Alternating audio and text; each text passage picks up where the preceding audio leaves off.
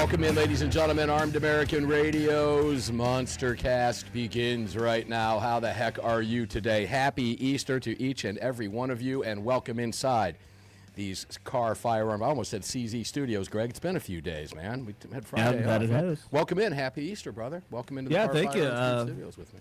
Here we are, another Sunday gun day, doing the thing.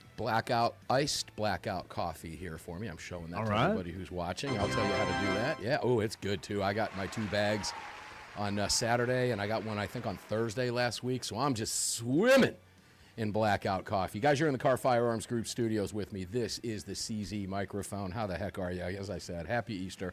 Welcome in. And, Greg, we have a whole litany of new sponsors that we're going to, or not new sponsors, new affiliates. Have some new sponsors, too, but we'll talk about those in coming days. But we have new affiliates around the country, and we'll give a big shout-out to them that are carrying the broadcast, and we do appreciate that very much. Guys, if you want to watch the program, just don't do it while you're driving. You can watch us over at facebook.com/armedamericanradio, facebook.com/armedamericanradio. And, Greg, take it away, and you can tell everybody else where to go and get in on the chat, and we'll get started with Dr. John Lott.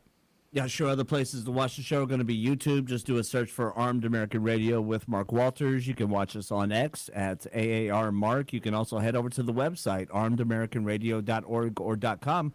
Hit that menu icon, then select your watch live or listen live option. And lastly, to join our live chats, just download Telegram, create your profile, and search for Armed American Radio Conversations.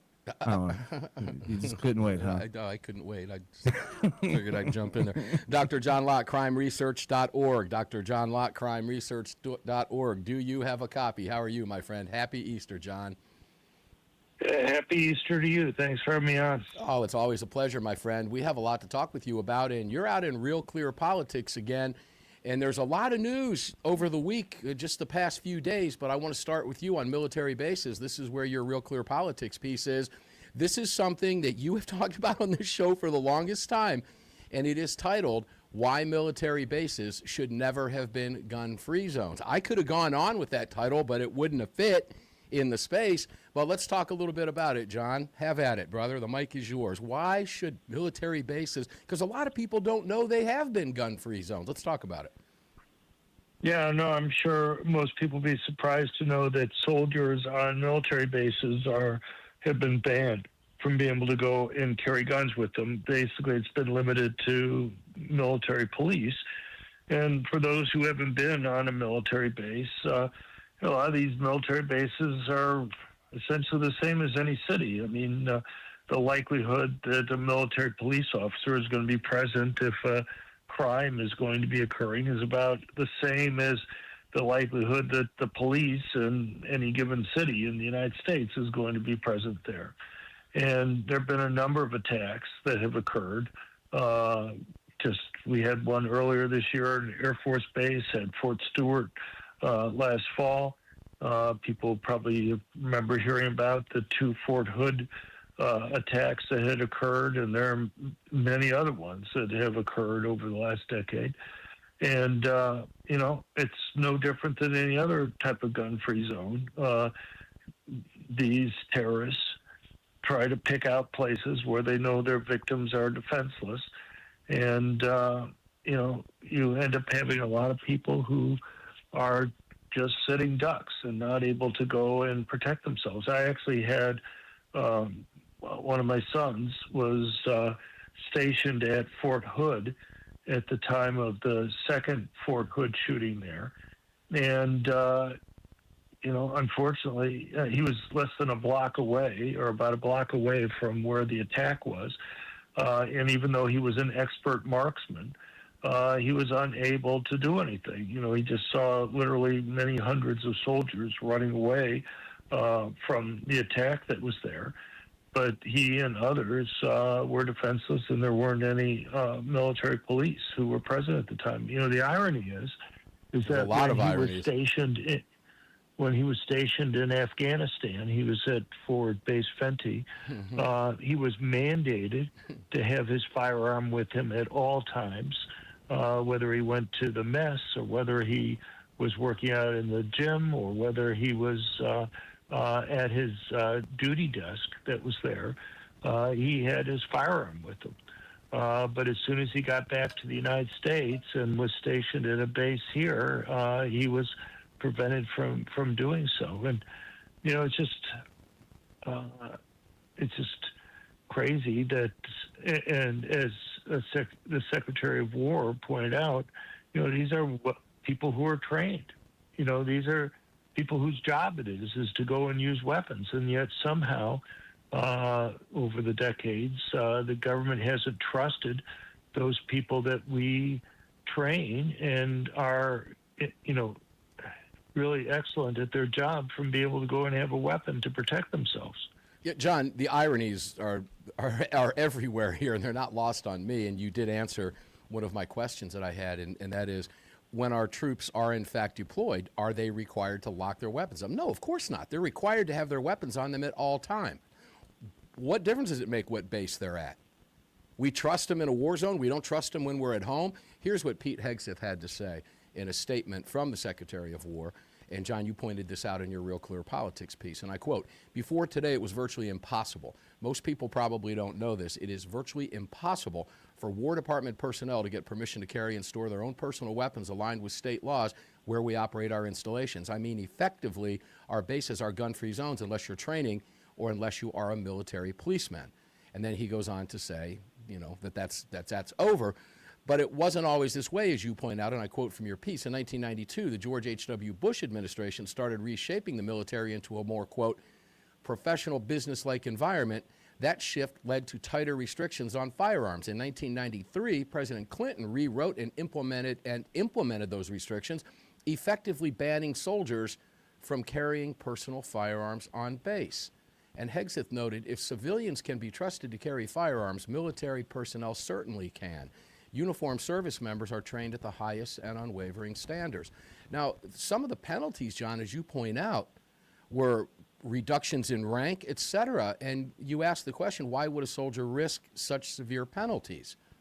And I think the answer is clear, as you point out, but I'll let you take it away. Why would a soldier risk such severe penalties?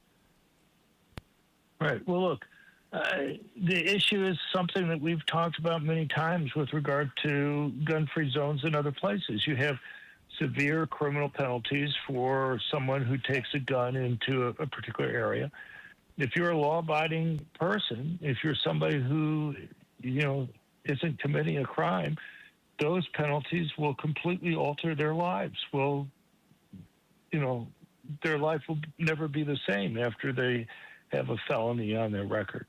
But if you're somebody who's going to go and commit crimes, going and planning on killing multiple people, and even assuming that the attacker lives in those cases, and they usually don't, but even if they live, if you've killed 5 or 6 people and going to be facing at least 5 or 6 life sentences, the notion of, a prison term of 5 years or whatever it is on top of that, that's not a real penalty. Taking 5 years away from their 6th or 7th life, that doesn't matter to them at all because they're not going to bear that penalty. But so what you've done is unintentionally. I mean, I can only take people at their word on this that they want to go and create a safe area. What they've actually done is making it so that the criminal there will know that they're the only ones that will have a weapon. And it makes it easier for the criminal to go and do their attack.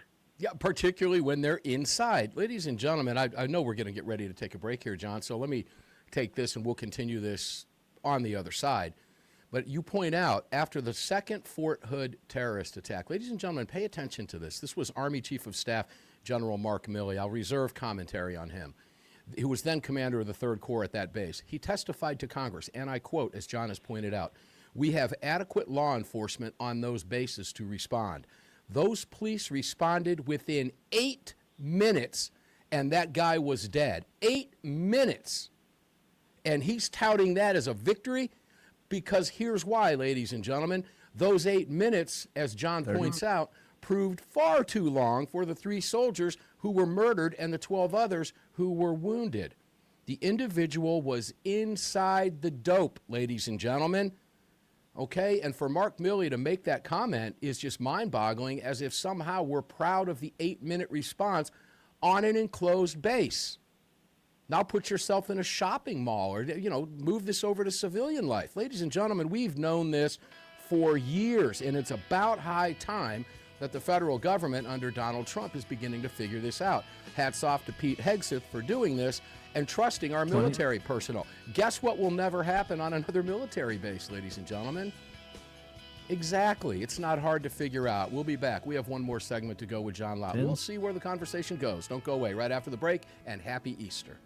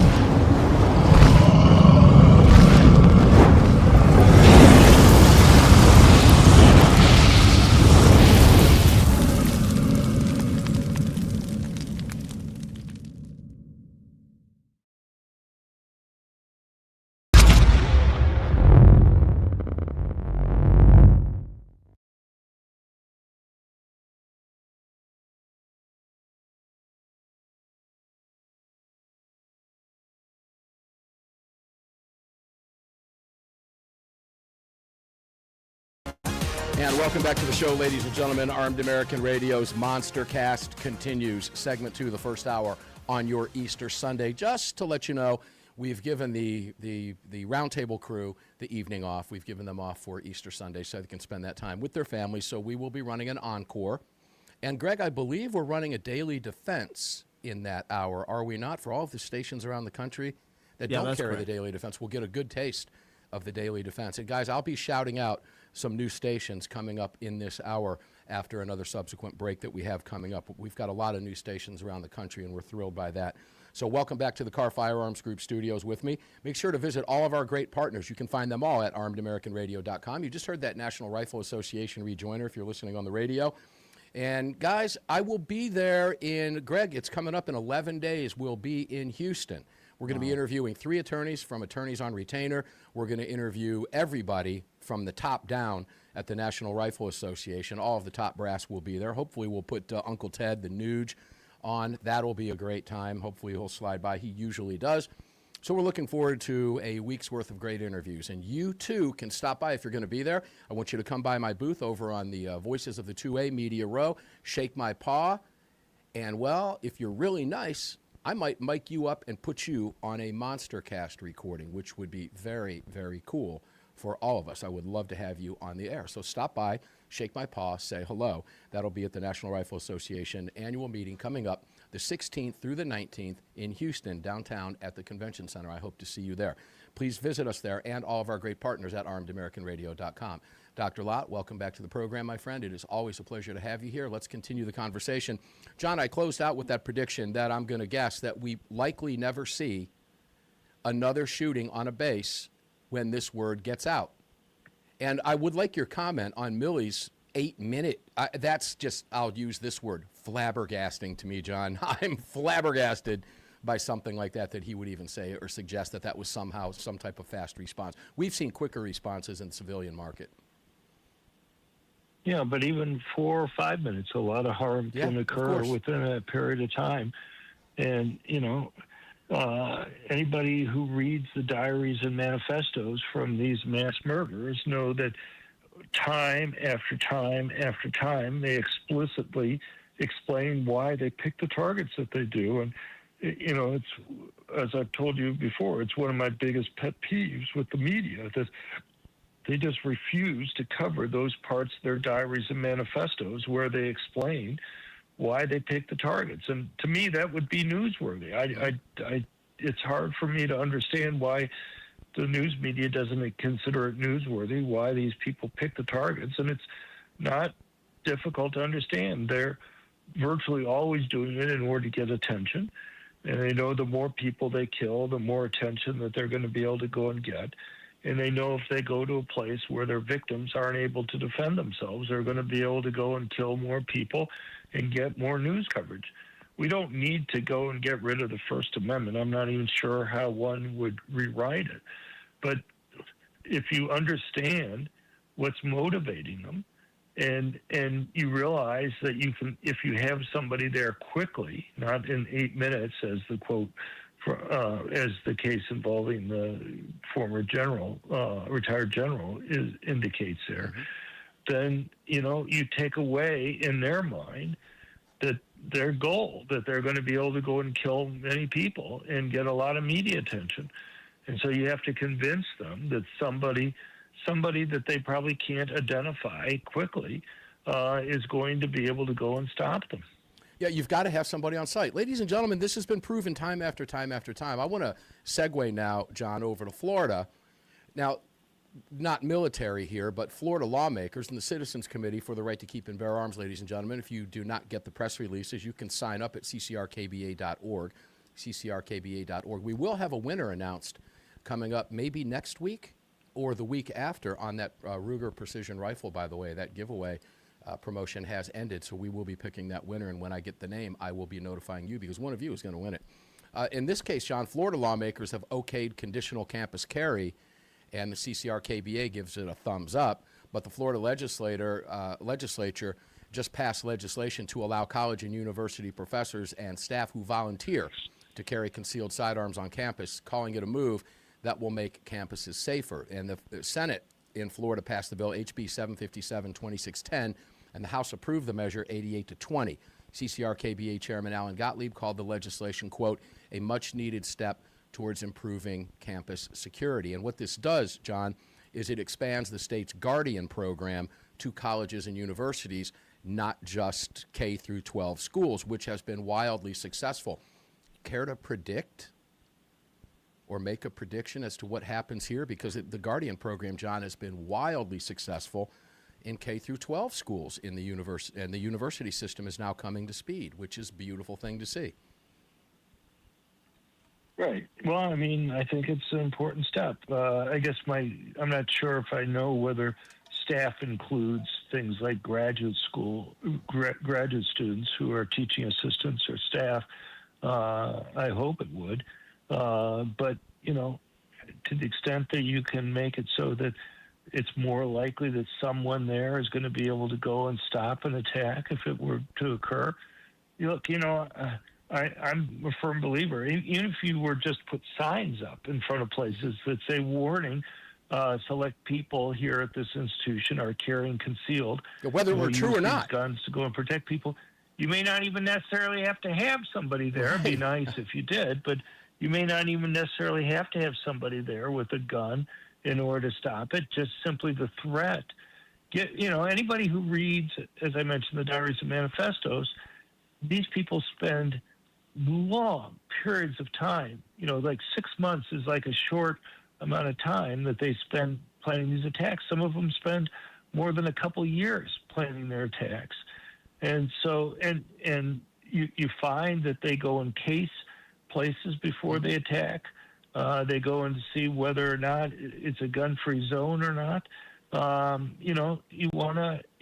If you make it in their mind, at least that there's this question of the risk that somebody may be there to stop them quickly, they'll move on to another target. And if you get rid of enough possible targets, maybe they won't do an attack at all.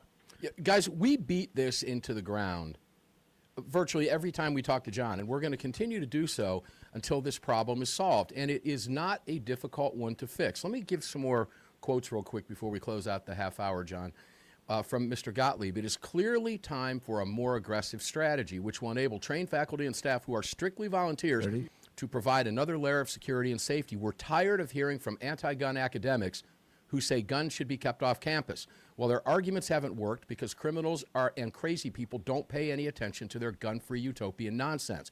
So let's change course, give people at colleges and universities not just a fighting chance, but training and skills to intervene and stop tragedies. We can no longer afford to entertain the anti-gun sympathies of head-in-the-sand ivory tower ideologues who are so afraid of firearms they're willing to allow fellow staff and students to become victims in order to maintain their lofty notions of being above the fray. Ladies and gentlemen, more common sense on Armed American Radio's Monstercast. Dr. John Lott, crimeresearch.org. Thank you, sir, for being here and for everything that you do.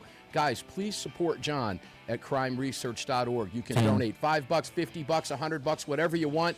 We could use the help over there. We'll be back on the flip side with AAR Hawkins. Wow.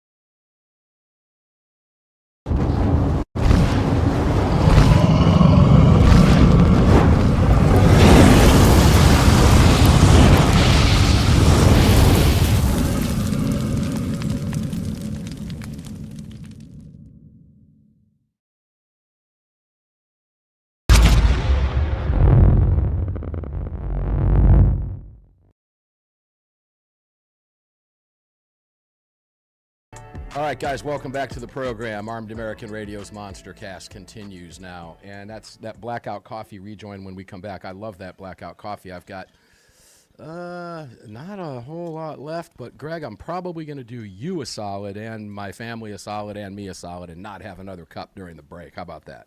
Yeah, that makes sense. I think this one will do just fine. Happy Easter, ladies and gentlemen. It's great to have you with us today. And to all of our new affiliates, we'll give you a big shout-out coming up after the next break. We'll read off that station list. It's a good one, and we appreciate every one of you. You know who you are on the stations that are running it, but we'll give you a huge national shout-out here in just a few moments. Guys, make sure to visit blackoutcoffee.com, blackoutcoffee.com/AAR, and get you some really good, strong coffee. I'm drinking it iced today. I love drinking it iced. It just works really well, particularly on a hot day. And it's just good, strong, bold, flavored coffee. It's the real deal. It's better than what we had on the program for the last several years, Greg. I'll be honest with you. As much as I don't, that was good coffee too. Don't get me wrong. But this is better, guys. It's a better product. It really is good. Blackoutcoffee.com. You can find them at budsgunshop.com, budsgunshop.com, all of our great partners online at armedamericanradio.com. And if you are watching, up on top, that QR code is blackoutcoffee.com. It'll take you right to the site, so feel free to use that. AWR Hawkins, Breitbart News, welcome in, my friend. It's always a pleasure to have you here, brother. Happy Easter to you and your wonderful family. How you doing today, my friend? Doing good. Happy Easter to you. Hey, bud, I'm going to take you back to March 31st to a story that you wrote about Rhode Island that I talked about last week on Armed American Radio's Daily Defense, but not in really great detail, and I want to spend a little bit of time on this with you because maybe I'm wrong, I don't know. This is probably one of the most egregious gun control pushes I think I've ever seen. Would you tell us about what's going on in Rhode Island and tell me if you think I'm wrong on this? I've got my reasons that I say that, but this is punishing people for possession of what they already own. Prison up to 10 years. This is egregious. Is the only thing I can describe it as. FCC friendly. Take it away. No, I mean that's it. If you have a gun that they banned all these guns last year, but they got the assault weapons ban passed by saying we'll let you keep one if you already own it. You can keep it, no problem. It's kind of like Obama. If you like your doctor, you keep your doctor. Well.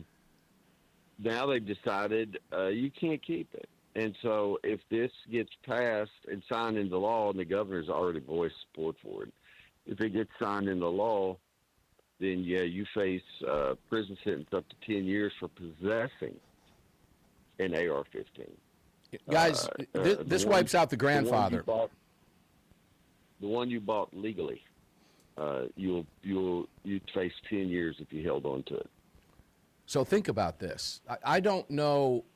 We've talked about states that have wanted to push this through. I don't know that any have gotten this close. I'm kind of thinking back in my mind's eye here and looking back, and I was pulling some searches on this. But this is the closest I think we're getting in Rhode Island because the governor has voiced support for this. Now, ladies and gentlemen, this wipes out grandfathers, the grandfather clause. Comes back and says, no, we're going to wipe out the grandfather clause. If you even keep your gun, we're going to put you in prison. Now think about that, because I made the statement today, AWR, that I was in church today, and my church is not a gun-free zone, okay? No human being possesses the moral authority to tell me that I can't possess a firearm to defend myself, my family, and my community. No human being possesses that moral authority. Do they, simply because they're lawmakers, AWR? No, I mean, I've read that Second Amendment a few times, and basically what it does is it tells the government that the government's hands are handcuffed, not the people. And the government is shackled from interfering with those rights, the rights protected by the Second Amendment. But somehow we've come to a place where they feel like that they can move around on the periphery and even a little deeper than the periphery and pass little laws. And and so what you have to learn as you go through life, there's a big difference between legal and moral. And when they tell me they've passed a law that tells me what's legal, I tell them they lack the authority to do that, and that their law is immoral. And so that's that. And so we got to get that understanding. The founders, the whole Bill of Rights, every right mentioned was put in there. Not just gun rights, speech, everything else is in there to tell the government, hands off. I mean, the First Amendment contains that. Next to the phrase "shall not be infringed," that phrase in the First Amendment, Congress shall make no law. And so the whole Bill of Rights is framed around tying the hands of Congress. Keep your paws off. That's what they, another phrase they should have put in the Bill of Rights, because some of the slower mouth breathers, the leftists, they're missing it. So they should have put that in there for them, so when they're wiping that drool off the corner of their mouth, they can read it. And it says, keep your paws off, because that's the message to Congress from our founders regarding our God-given rights. Cases like this, laws like this, legislation like this, as it moves its way through state houses, ladies and gentlemen, and this is my personal opinion. AWR, you can agree or disagree with me. Either way is fine. It's certainly worth discussing. But I believe is inching the Supreme Court closer and closer to taking one of these cases much, much sooner rather than later. The justices are very well aware of this. Now, you quoted NAGR, the National Association for Gun Rights, so let me quote them in here on this, ladies and gentlemen, and keep this in mind. Virginia didn't go this far yet. Virginia did not go this far. And she's got 13 anti-gun bills on her desk. Rhode Island, are you paying attention? Here's what National Association of Gun Rights had to say. If you thought it would stop at sales, you weren't paying attention. What started as a ban on sales has now become a push to outlaw possession. Rhode Island's H8073 would force owners to surrender their firearms or face felony charges. No grandfather clause, no exceptions, just confiscation. Now, I'm going to give you, again, my opinion, AWR. To me, based on what we just talked about, those are fighting words. Those are fighting words. I don't know of any other way to put it. How would you frame it? Well, I would agree with you that it's likely to draw the court in, because there's so many things at work here besides just gun rights. Yeah. But it's telling you that a product legally made, legally sold, legally purchased, the product you bought with your own money legally, that if you hold on to that product, which was legal when you bought it, if you hold on to that product, you can face 10 years in prison. I just don't see any way that this is possible. I don't see there's any way that it has legs on which to stand, is what I'm saying. I agree, and it will never pass the brew and smell test. But here's the danger, folks. This is why this is so critical to pay attention to. Why stop at guns? If they can do this for a constitutionally protected Second Amendment, shall not be infringed, firearm, which you have a God-given right to possess, recognized in our founding documents by our founders, where else can they go, AWR? Anywhere they want. Anywhere. Right. They're literally unstoppable at that point. And that's where the term malum prohibitum and malum in se come in. Man-made law versus natural law. Go ahead. Well, that's the problem, is once you subjugate one natural right to a lower tier or a lower status, you can do it with all of them. And so it just happens to be that they're doing it right now with guns. But, you know, people have to remember something the left hates, and you'll be smart to keep reminding them of this. The right to keep bear arms does not come from government. You read Thomas Jefferson, and he wrote a little piece that was kind of famous called the Declaration of Independence. Little famous. He talked about coming to us from our Creator. Correct. And the left hates that, because that completely cuts government out. So government could. The left can't read cursive. Government didn't make the right. So I can make a law limiting that right. That's the line of thought the founders took. That is Keep the line of your hands thought. off. Yeah, yeah. And what Greg just said is true. Democrats can't read cursive. Armed American Radio's Monster Cast continues on the flip side of the break. We'll name some of our new affiliate stations out there. We appreciate every one of you being here. Happy Easter, ladies and gentlemen. One more segment with AWR.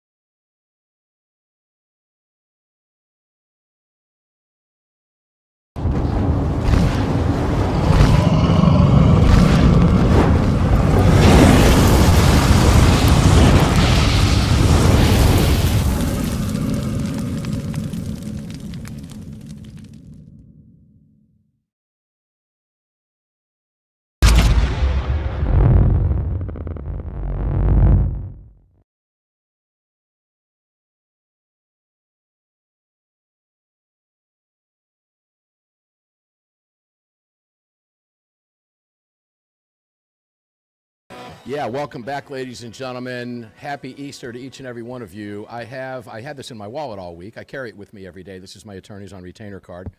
It's right here. It's about the size of a credit card, a little bit thinner, and it says attorneys on retainer on it, and it has everything you need to know on the back should, God forbid, you find yourself in a defensive situation where you have had to use a firearm. It tells you what to do, what to say, and who to call. And that would be your lawyer, because with this card in your wallet like I have, you have a lawyer. In fact, if you have to go to trial, you have 4 lawyers. And the cost is $37 a month. Not 37 times 4, $37 a month. If you've ever paid an attorney for anything, I promise you paid more than $37 a month. You paid more than $37 every quarter hour. You paid more than that every 5 minutes. This keeps you out of trouble. It is the greatest sponsor we've ever had. Please take advantage of this. By using the promo code at attorneysonretainer.us/AAR, you will save $25 on the sign-up fee. You'll have this card in your wallet, which is carrying a lawyer with you, and it will only cost you $37 a month. I promise you, you will sleep easier at night.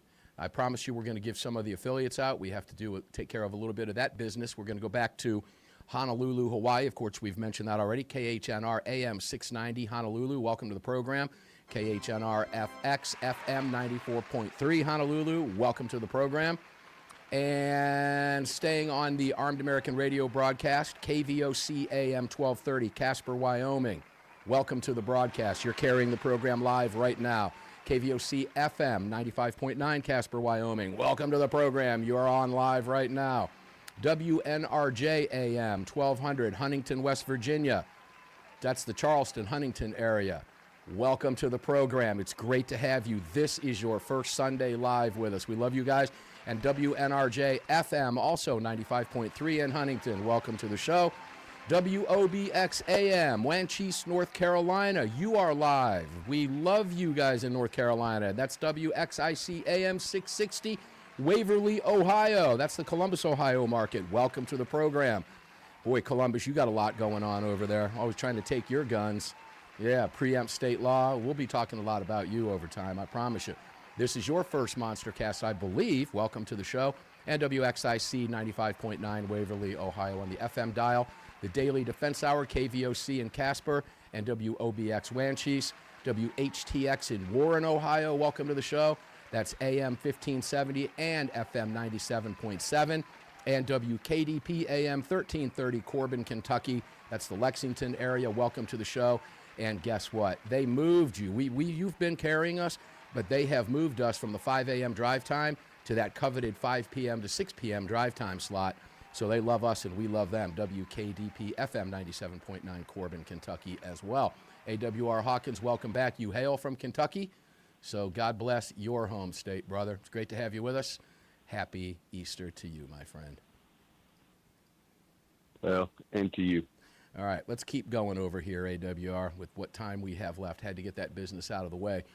Post office has now got a new rule, or they're working or proposing a new rule. And this comes on the heels of a huge Second Amendment victory in the federal courts. Is this tied together, the Second Amendment Foundation winning, where if you're a member of SAF or Firearms Policy Coalition, you can now carry a firearm in a post office legally? Now they're coming out with a new rule, and of course Trump in the new budget. How does this all tie together? Can you explain that to us? Is this coincidental here or no? Well, Trump, I think there could be some coincidence. I think the SAF, that is not to take away from anything great they've done. SAF been scoring victories so much, I almost nicknamed them Tyson. I mean, they're just it's amazing the punches they're throwing and the way they're landing them. They're doing great. I just think we're fortunate that we have in a lot of places. We just have a lot of success. We're having a lot of success in the courtroom, and SAF is a great example of that. Great example. And then we're going to have some success here with Trump, because what Trump's doing, he realizes Congress, they don't know how to handle victory, so they don't know to pass things and how to move the ball down the field. So what Trump's going to do is, with his proposed budget, he's going to target regulatory gun control, which is all that gun control that the Biden-era ATF instituted on its own, went around Congress and did. And Trump's going to get rid of that. And that is a huge action on behalf of American gun owners. And he's going to put, it looks like he's going to get his ATF leader, Robert Cicada, who, I have to be honest with you, is a buddy of mine. And he and I text about fishing. And he is going to come in there, and he's going to do exactly what Trump wants him to do. Trump wants him to come in and get rid of those stupid ATF rules. And I'll bet the farm right now that that's what he's going to do. And we're going to see some progress. And so it's going to be awesome. The cavalry is coming, ladies and gentlemen. A lot of people wanted to know why this wasn't happening over the first year of the administration. I know it takes a lot of time to work these things through, but we are moving in the right direction. And what we're talking about relative to the post office here, folks, is on April 2nd, just 3 days ago, the U.S. Postal Service posted a proposed rule revising mailing standards for firearms to allow lawful handguns to be mailed in a manner similar to long guns and shotguns. So you can mail a gun to yourself through the U.S. Post Office. A lot of you who train in remote areas or go to locations and don't want to travel, or for whatever reason it is, you have the ability to do that now. You want to send your gun somewhere. If you're going to be driving to an anti-gun state, you want to send it, you can do that. I don't know that I would trust the Postal Service at this point for that, but nonetheless, it will be possible to do. Let's talk a little bit about Bondi. Glad she's out? Oh, was that a question? That's a question. I didn't Are you glad Bondi's out? Let's move there real quick with the last Yeah, segment we have. I like Bondi. I like Bondi, but I believe that for whatever reason she wasn't accomplishing anything, and that happens. That's how it goes. I'm not making excuses for her, but I'm saying some people get in there and they weren't made for the job, and so there she is. She's gone. Now I think he's got Todd Blanche lined up to go in there, at least as acting. And again, this is a buddy of mine, and I'm gonna tell you right now, this guy is pro Second Amendment to the core, and I was with him for an extended period of time during SHOT Show week, and traveled with him to the Las Vegas ATF headquarters for a couple of different things, and we discussed a couple of different things, and I can tell you, this dude wants to get rid of every regulation he can get rid of, period. So you couple him with Trump's proposed budget and with Robert taking over the ATF, and you have got right here something that you might want to get some popcorn and a soda for, because the left is going to come unput. Well, that's a good thing. And guys, let me just say this. As I listen, I've known AWR a long time, as you well know. You've listened to him on this program for many years.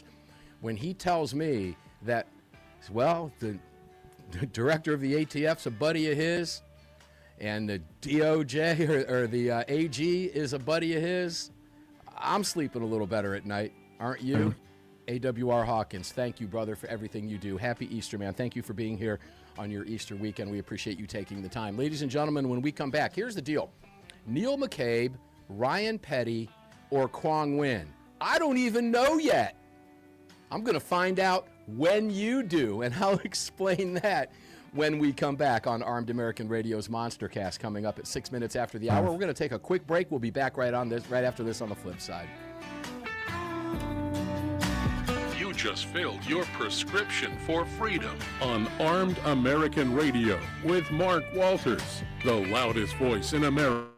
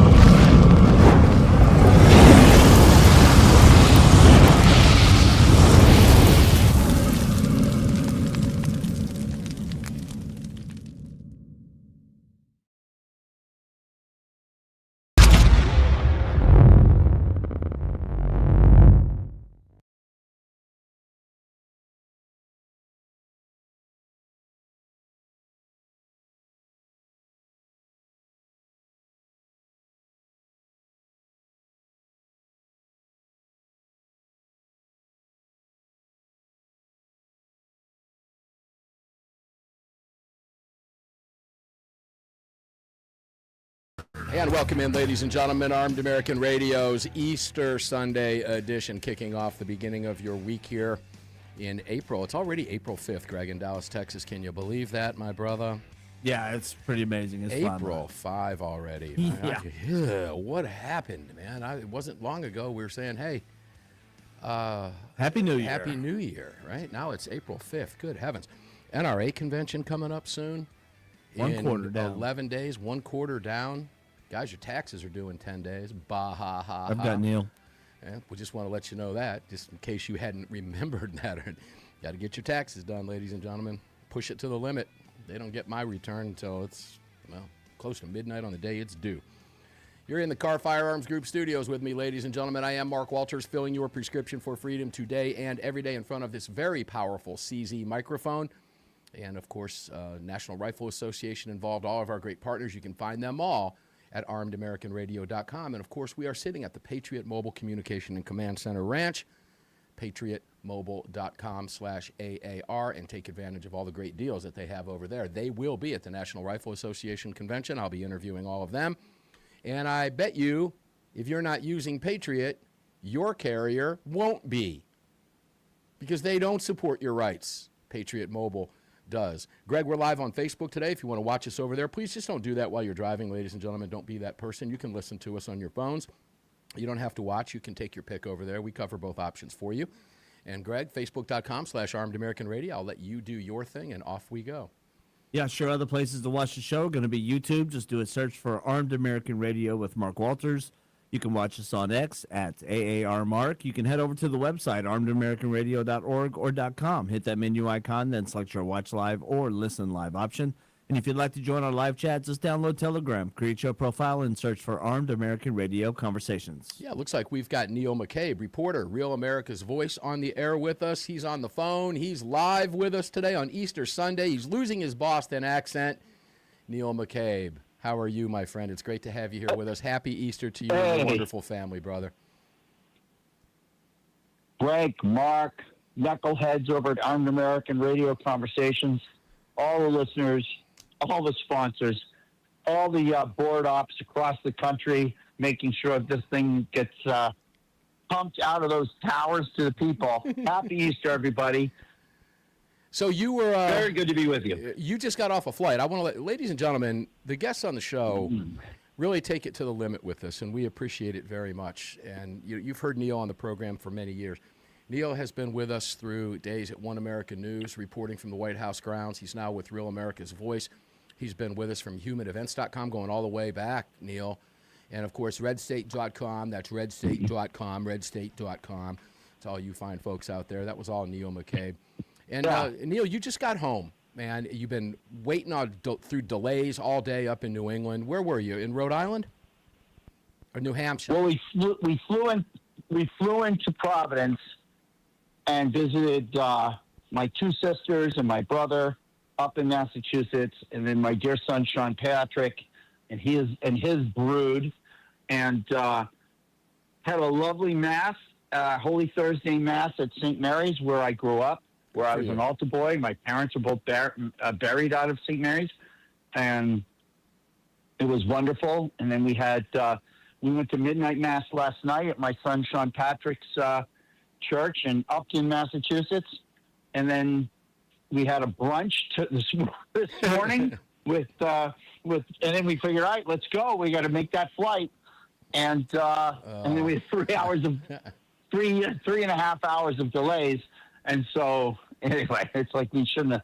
We didn't really have to rush. We got lost trying to find the rental turn-in. It's all crazy stories, right? But here we are, and that 3 hours gave you plenty of time to do your Ozempic or Mounjaro shot, which you're probably going to want to start taking after a weekend of eating like that. Good heavens. Yeah, we did the big Easter ham today. My mom and dad were in town. I have a lot of family in town. I have brother-in-law, sister-in-law, nephew. Mom and dad were here and all that fun stuff.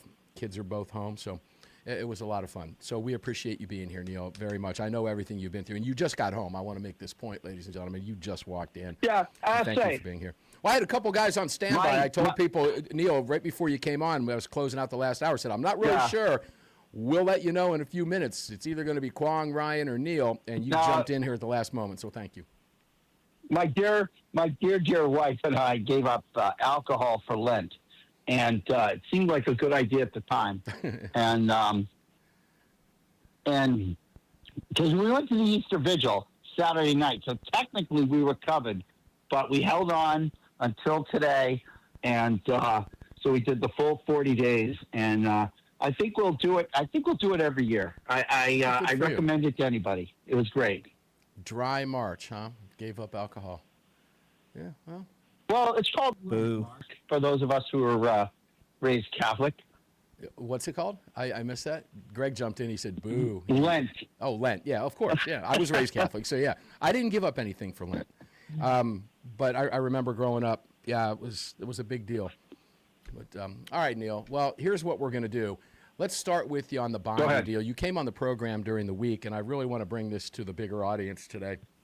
Bondi's out, and, of course, you and I had talked about on this program many, many times over the last year that it was not likely she was going to be gone. We just talked to AAR Hawkins about this, and, you know, his comments were not surprising to me. Bondi didn't scare me, because I know who her boss is, and I know what directive she was given, and I really never felt that Bondi was going to get outside those guardrails that Trump had laid in place for her. All right, think of the bowling alley, okay, and those safety rails, those gutter rails, guys.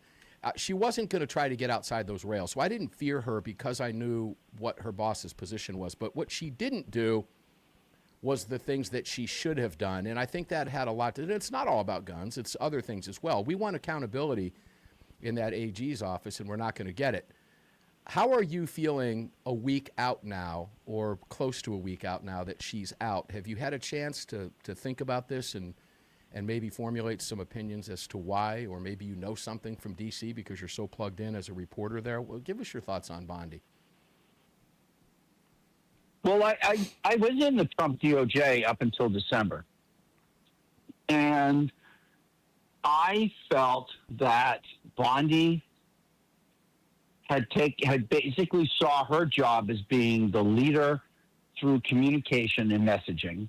And so she made a great effort to travel the country and to communicate the priorities of the department and the Trump administration on TV. And there were a lot of other people in the department who were supposed to do stuff who didn't. And she didn't really take a stick to them. But a lot of them in DOJ have their own independent power bases, right? So it's not like there's some people, very senior people at DOJ, that, you know, it's not like she could fire them. And I don't know if she could even get away with firing Kash Patel if she had decided Kash Patel wasn't doing the job. I will say that the U.S. attorneys, who are the local federal prosecutors, right. There's 94 offices. And John Thune and the Senate Republicans, because of some kind of institutional courtesy, are allowing Senate Democrats to block Trump's appointments for U.S. attorneys and now judges. And so those are the guys. That's courtesy, the maneuver element for the Department of Justice are those local federal prosecutors in those 94 offices. And they're like, Main Justice can do litigation. They could do, you know, they can sue Exxon for 18 months, right? But the person who's actually on the ground doing the quick and dirty prosecutions to get something done is the U.S. attorney and his army of assistant U.S. attorneys. And those guys are not motivated, especially in the blue state. In the blue states is where all the weaponization was, and it's the blue states where Trump can't get his people through because John Thune and the Republican leadership are blocking. All right, that's not called courtesy as far as I'm concerned. That's called rhinoism. That's called establishment garbage. It's why these people need to go. And it is remarkable at this point in a second Trump term that they haven't figured that out. Neil, we're getting ready to take our first break. When we come back, I want to ask you about widely circulating reports about Swalwell and Bondi. You know, these are strange bedfellows here, and I don't know any more than what I've read. I don't have any contacts in those departments. You likely do. I don't know if there's any truth to that. I don't know if we can get some confirmation on that. Again, it is being widely reported, and that would certainly, let's say, that would upset the flavor of Donald Trump's Wheaties in the morning, ladies and gentlemen, if that were to be true. We'll explain everything when we come back from the break. We have 3 more segments to go on your Easter Sunday with Neil McCabe, reporter for Real America's Voice. We'll be back right after this. Don't go away.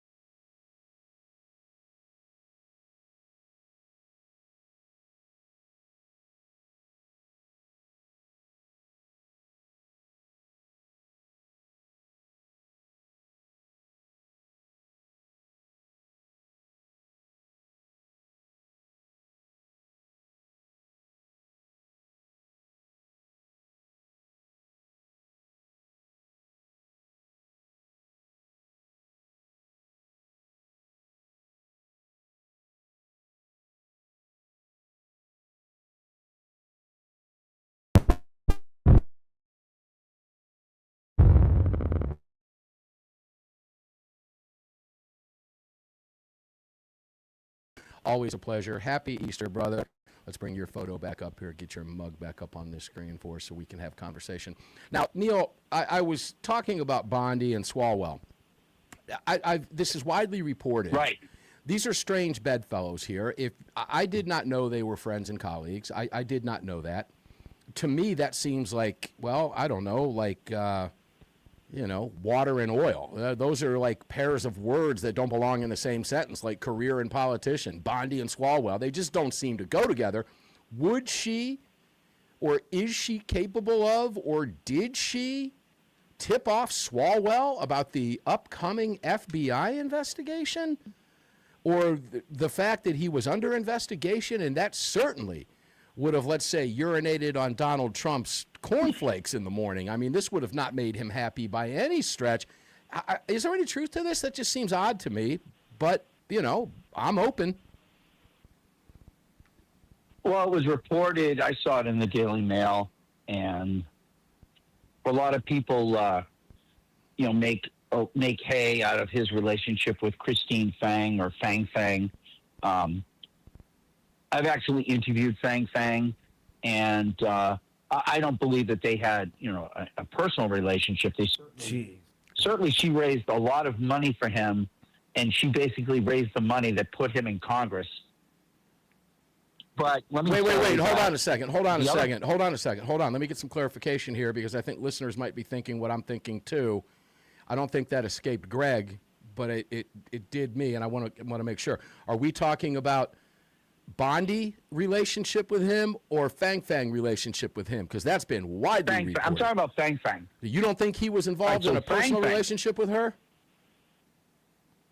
No, I think that her she told me who her personal relationship was with, and so based on our conversations and how things played out, I take her word for it. Well, wait a minute. If she's in fact a Chinese spy, why would we take anything she says with any grain of truth whatsoever? Well, she was a Chinese influence agent, and the CIA. She told me that the CIA offered her $1 million to flip, and when she didn't flip, she said she wouldn't flip and work for the CIA. And then immediately then she got word or figured out, or somebody tipped her off that the FBI was onto her. And a lot of people thought Swalwell was the guy who tipped her off about the FBI. And she told everyone she was flying to Washington for meetings, and instead she flew back to China. Now, Bondi had the opportunity to prosecute Swalwell through the D.C. U.S. Attorney, Jeanine Pirro, because he said on his mortgage forms for his house in Washington that he was a resident of Washington, D.C., that it was his principal resident. The federal law gives preference for taxes and other things to people for their mortgage for their primary residence. Bankers give lower interest rates to your primary residence because the bankers figure you'll pay the mortgage on your primary residence before you'll pay off your second home on Cape Cod. And so Swalwell said that his $1 million home in Washington, D.C. was his primary residence. Well, your primary residence can't be the District of Columbia if you are a congressman from California. So that's like open and shut. Like, I don't know why that's a problem. Oh, why? Let me ask, because I just want to say this, okay? How much money does Swalwell make? Maybe $175. Right, he's got $1 million home in D.C. and probably not. Yeah. Right, and I mentioned, could you millions of real estate on $175 grand a year? I'm just asking for a friend, Neil. I'm just saying that the prosecution of Eric Swalwell died on the vine, just like the prosecution of Missouri Governor Lisa Cook died on the vine, and just like the prosecution shifted to James. Well, this James Blackford, but it's Pam Bondi. He actually goes back to James Comey for the District of Virginia. Resigned or was fired.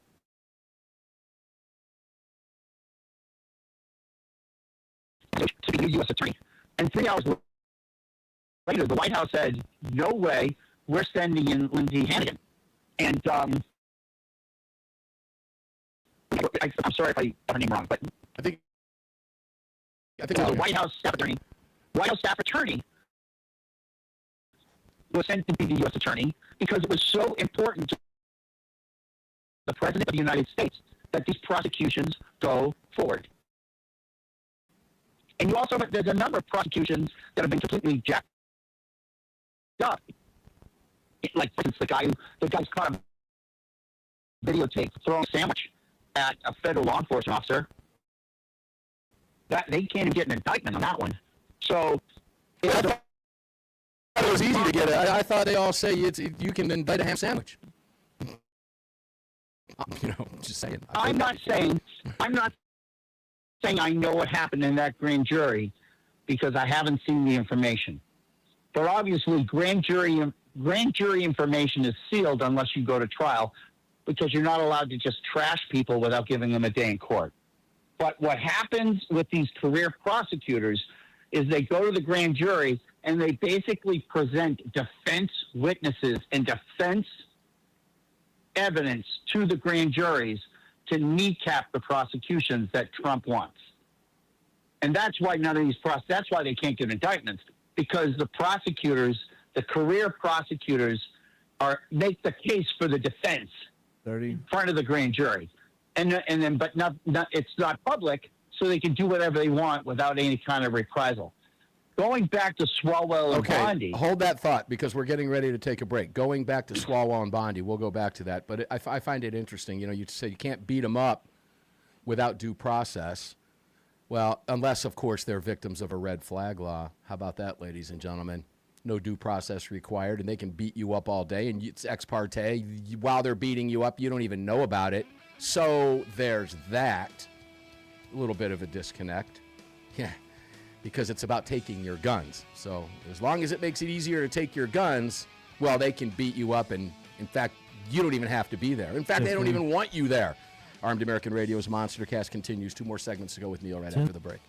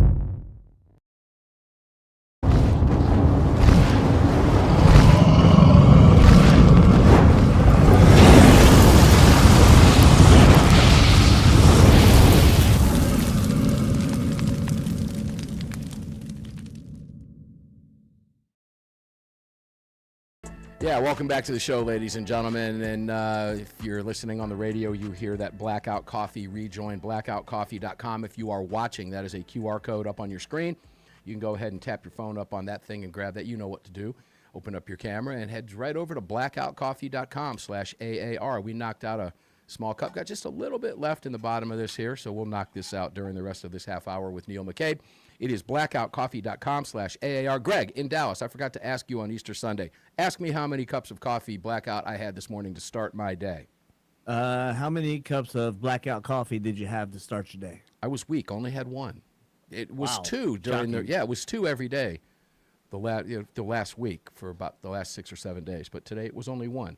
I got a really good night's sleep, and I got up feeling good today on Easter Sunday. So that was a beautiful thing. So welcome back, guys. Car Firearms Group Studios lit up for you. CZ Mike is here at the Patriot Mobile Command Center and Ranch.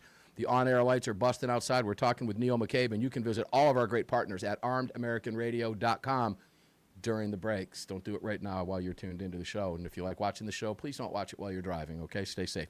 Neil McCabe, back in. Swalwell, back to Swalwell. Yeah. Getting back to Bondi and Swalwell. Let's go back there briefly before we cover a few other topics with you. Well, I mean, the report is that he was being investigated by the FBI. That basically the Trump administration was reopening an investigation into his relationship with Fang Fang and perhaps other Chinese influencers.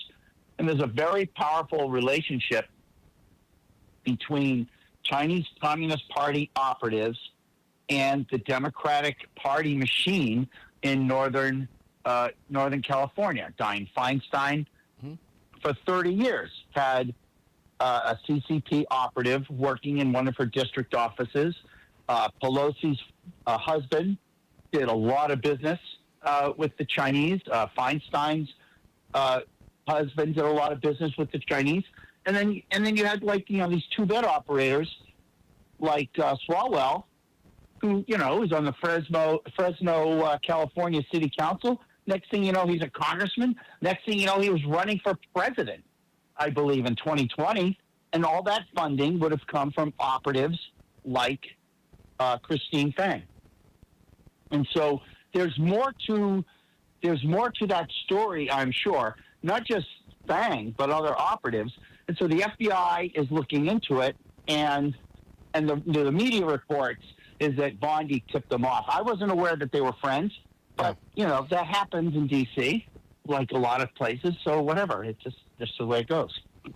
Okay, well, she's out. People become friends at the clubs or at the bars or whatever. Yeah. All right, strange bedfellows. Well, look, I'm not sad she's gone. She didn't scare me while she was there because, again, my position on Donald Trump being her boss, I was more comfortable with that than I was, of course, with her being in office. But I would have taken her over anybody that Kamala Harris would have tossed up, or Joe Biden or anybody else. All we've got to do is go back and look in real time. I mean, you can go all the way back down to South Florida and what's her face down there years ago, Janet Reno. I mean, good heavens, I'd have taken Bondi over any of them. But she is gone. Blanche is coming in as acting AG, and AAR Hawkins in the previous hour, ladies and gentlemen, if you missed it, made it very clear they're good friends, and he has a tremendous amount of confidence in Blanche. So we'll see what happens. We'll be here to follow it. Neil, there are other stories out there right now, not the least of which, I got to go to Rhode Island because you just came back here, but Rhode Island is pushing one of the most egregious gun control bills I've ever seen that goes back and reneges on the grandfather clause in their quote-unquote assault weapons ban and changes the law. And the government has voiced support for this. That would make possession of everything you bought legally by wiping out the grandfather clause, turn you into a felon. In other words, we're not going to let you keep it. You're going to turn it in, or we're going to put you in prison for up to 10 years and wreck your life with felonies. Now, I made this clear with AWR, and I've made this clear many times. No human being possesses the moral authority to tell me what I can or can't own to defend my life, period. And I will take that to my grave. There is no such thing as a gun-free zone where I am. I'll just leave it at that. And no human being is going to tell me, especially some state lunatic Democrat, is going to tell me that I can't own the weapon that I chose to own and bought lawfully and then renege on that because they don't have the moral authority to do so. So where does that leave us? It doesn't leave me in Georgia. I'm going to cover something with you in Georgia from the FPC in the next segment. I'm okay here. But where does that leave folks behind the blue wall in those 12 hideous blue-run states that we're talking about that are so anti-gun? What happens next if a governor signs this? Well, first of all, it's such a shame, right? Because Rhode Island, like Connecticut and Massachusetts and other parts of New England, have such a great tradition of gunsmithery and innovation and manufacturing and everything else with guns. And then you consider all the gangbangers who are basically controlling cities like Central Falls, like Pawtucket, like Woonsocket, like parts of Providence that the police have abandoned, right? And then of course, Providence, I don't think it's a secret that Providence is pretty mobbed up also. And so the idea that they're going after the few non-criminals in Rhode Island who have guns is really, really troubling. Well, the tradition you're talking about, sadly, that ship sailed many, many, many, many years ago. Many years ago. But it is one of the most egregious that I have seen so far. And then, of course, down a little bit farther southwest, ladies and gentlemen, if you live in New York, just 4 days ago, Democrats began the push there to push an additional 11% excise tax on guns and ammo sales. And where did we see that come from, Neil? Swalwell's, California. It's just copycat of West Coast gun control in these blue states, right smack in the face of Bruin. I know I'm interrupting you. No, you're fine. Go ahead. I am not convinced that you can tax something that is a constitutional right. Yeah, well, there's the guy who, in the Heller case, I can never remember his last name, but his first name was Dane. And he's the actual guy who people in the gun rights community know him. Yeah, yep. Long name. He's been on the show many times. He invented the case. Yep. He invented the case. He went to Georgetown Law School. He didn't graduate. He only took the courses he needed so he could figure out how to challenge the D.C. gun ban. Mm-hmm. And I talked to him at length one day, and he was telling me, like flat out, this guy was saying, there is no way you can tax a constitutional right. And I believe him. Sadly, he's no longer with us. But I think I forget who said it, but there was a chief justice, not a chief justice, or at least a justice of the Supreme Court. He said the power to tax is the power to destroy. Mm-hmm. I believe it was Oliver Wendell Holmes. The power to tax is the power to destroy, and that's what they're doing. Yeah, well, if you go to SCOTUS... It's been recognized in the legal community, in jurisprudence, it is recognized that taxes are used as a way of suppressing people's freedom and their economic and other viabilities. And so I think that's worth a challenge, but I don't know. And with this court, who knows whether you're right. And as we go to the break, I was going to remind you very quickly of Roberts and the tax issue when it come to Obamacare. And the Supreme Court, generally speaking, leaving that up to the legislative body. But you are absolutely correct about that, and I agree. And by the way, Dane has been on this program before. His last name was one that it had to come to me, but it was Dane von Breikenruckhardt is who we were talking about. And Dane was a great guy. Has been on this program many times in the past. We've got one more segment with Neil McCabe. Where does your state rank as far as the Firearms Policy Coalition Freedom Index? We're going to tell you right after these messages when we come back. One final segment left with Neil McCabe on your Easter Sunday. Don't go away.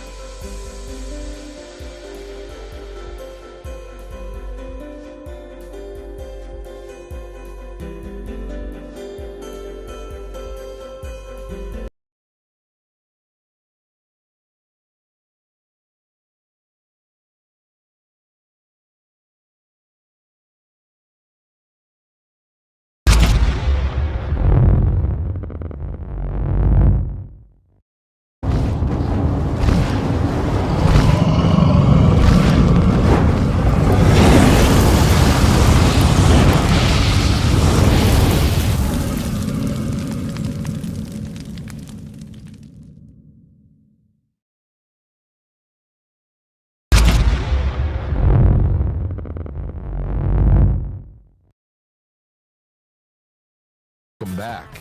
Yeah, welcome back, ladies and gentlemen. Attorneys on retainer.us/AAR. Here's my card. This means an attorney in my pocket. You want one? $37 a month.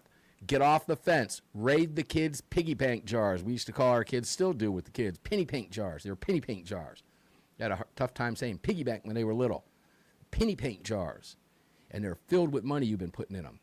Scarf $37 out of it. You can do it. And we'll save you $25 on the sign-up fee. You can find that in your couch every month. That's your attorney. If you carry a firearm for self-defense, you know bad things can happen. That's why you carry a firearm. And if bad things happen, meaning you have to use your firearm in defense of your life, you're going to want a lawyer. I promise you. And you do not want to be that person that slaps their face and says, I cannot believe this happened and I didn't take care of this. Because now it's going to cost you thousands of dollars an hour. It's not necessary. It's $37 a month for top-notch attorneys for freedom, law firm attorneys who focus and specialize in one thing, self-defense law. Attorneys on retainer.us. You can find them and all of our great partners at armedamericanradio.com or .org. Patriot Mobile is over there. It's a Patriot Mobile activated phone. You can do the same thing. Please visit all of our great partners at armedamericanradio.com and to all of our great new affiliates around the country that are tuned in. We listed them. Too long to go into that list right now, but there's a bunch of you. Welcome to the broadcast. I love each and every one of you. Just in case nobody's told you that today on Easter, I love each and every one of you, and there's not a thing you can do about it. So happy Easter. Let's get back to the great Neil McCabe. Oh, wait, Greg in Dallas, you built how many? Guys, you're going to love this. I just found this out during the show. Now, Greg is very good at what he does. He can do it with his eyes closed in his sleep. If you've listened to this program over the years, you know he runs a top-notch ship. How many goat guns did you build, actually, while we've been on air for these 2 hours? I built 6. Which one's the coolest one? He really did, ladies and gentlemen. He told me he had 7 to build, and he just told me during the break he's built 6 of them already while we've been on air, while he's working. What's the coolest one you've put together so far? I'm just curious. I don't know, my the Trump Barrett, the red 45 Barrett 50 cal is pretty sweet. I built 6 guns and then one little case that they stand up in. So I had 7 boxes, but it was only 6 guns. That's a beautiful thing. Goatguns.com. Get your goat guns. Pictures in the chat. It is an addiction. Okay, yes, he's got pictures up in the chat for everybody, and that's over at Telegram. You can get over there at Telegram and check them out. Telegram.com, or not Telegram.com. Just download the Telegram app and search for Armed American Radio Conversations. Neil McCabe, welcome back, brother. Happy Easter. We've got one more segment with you. We're going to round this out with this. This is a fun one. Sure. 2026 Firearm Policy Coalition State Freedom Index. Neil, I'm going to quiz you here, and this is going to be interesting because I'm going to bet you get this answer wrong. I would have if I were not looking at it. FPC ranked all 50 states in their right to keep and bear arms freedom index by state. Only 2 states came in at 100%. Care to take a stab at which 2 states it was? It's going to shock you, I think. Vermont and South Dakota. No. Greg, do you want to jump in on this? This is kind of fun. Say again? Do you want to jump in on the FPC State Freedom Index? Which 2 states came in at 100%? They refer to them as Chad states. Which ones do you think it was? Which 2 states came in 100% free on the Freedom Index? Just throwing out there, I'm going to say Texas, because I'm a Texan, obviously, and Missouri. Kansas? Yeah, Kansas was number 1. And number 2, believe it or not, and this was New Hampshire. Kansas was number 1. And New Hampshire came in at number 1. Then they have the free-ish states. So they have 4 categories, Neil. Chad state, which is 100%. Free-ish states, 85 to 99%. State of confusion, 70 to 84. And state of disaster, less than 70%. Now, those states that are disasters are, of course, and we'll name them, Colorado, California, Washington, Illinois, New York, Connecticut, Massachusetts, Rhode Island, New York, New Jersey, Maryland, and Delaware. Now, the free-ish states, these were interesting. I live in Georgia. Georgia came in at 90.91%. Now, I'm going to pull Georgia up. Here was the criteria, guys. Neil, this is fascinating. Does the state prohibit or restrict the purchase, possession, or transfer of common handguns? No. Does the state prohibit or restrict the purchase, possession, or transfer of semi-automatic firearms? No, meaning assault weapons bans. No. Does the state prohibit or restrict the purchase, possession, or transfer of a short-barreled rifle or otherwise compliant federal law? No. Does the state prohibit the same relative to short-barreled shotgun, SBS, otherwise compliant with federal law? No. Does the state prohibit or restrict the purchase, possession, or transfer of a machine gun, compliant with law? No. Does the state prohibit, restrict the purchase, possession, and transfer of a firearm sound suppressor? No. Does the state prohibit purchase, possession, transfer of firearm magazine, ammunition, feeding devices based on capacity limit? No. Do they prohibit or restrict the purchase, possession, or transfer of body armor? No. Does the state prohibit or restrict the personal manufacture of firearms? No. Carry, does the state require a typical permit? No. There were only 2 yeses. Does Georgia impose an age-based ban on the ability of 18 to 20-year-olds? Yes. And does the state impose a ban on carrying firearms at places of worship? Yes. No, it doesn't, ladies and gentlemen. I can tell you that with 100,000% certainty. There you have it. But those 2, and the rest were all no's. All greens. No, no's or greens in this one. Gave Georgia 90.91. Arizona, on the other hand, had 95 with only 1 no. Where do you think Florida came in? Well, you would think Florida and Texas, Greg, when we're talking about those 2 free states. Nope. Florida and Texas. Texas came in a little bit higher than Georgia. Yeah, Florida came. Let's look specifically at the number that came in on what they Who used. is that guy? State Hold of on, confusion. 81.82% was Hold on. Florida, state of confusion. Go ahead, Neil. Who's that guy, the state rep that we had on? His first name was Joel. He was a doctor. Okay.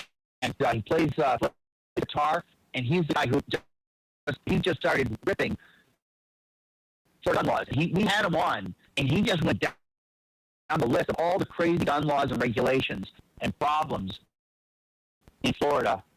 But anyway, yeah, you're right. It's bad. Yes. Right, yeah, Joel yes. Redman. Right. Great guy. Well, Florida came in at 81.82% in large part because of that, and you can attribute a lot of that to the Parkland bill. Texas, on the other hand, came in at 95.45. Interestingly, well, it was 1%. Nebraska came in at state of confusion. So the states of confusion, yeah, state of confusion at 72. Keep in mind, the governor hasn't signed those bills yet. That's soon to be. Okay, state of disaster. That will happen momentarily. The moment the governor signs those in Virginia, you can, Virginia's just California-cated. Neil, final word. We're moving in the right direction. Are you feeling comfortable where we're going to find you out? Yes, and I got people's attention to go for Republicans.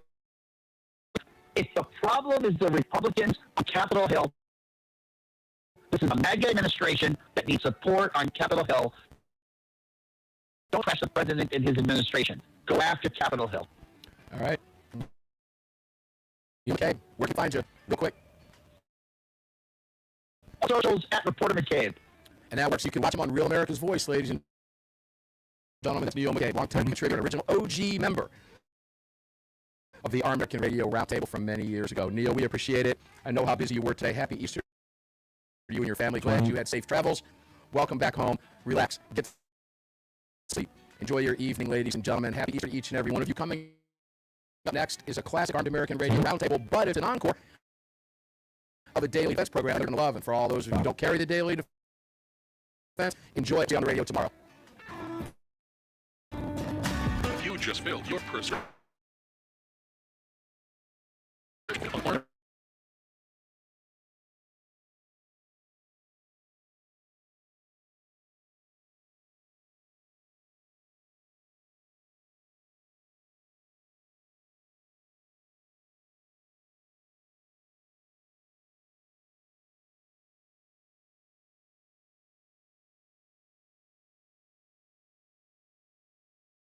All right, ladies and gentlemen, thanks for being here. Happy Easter. I appreciate you hanging in with us today.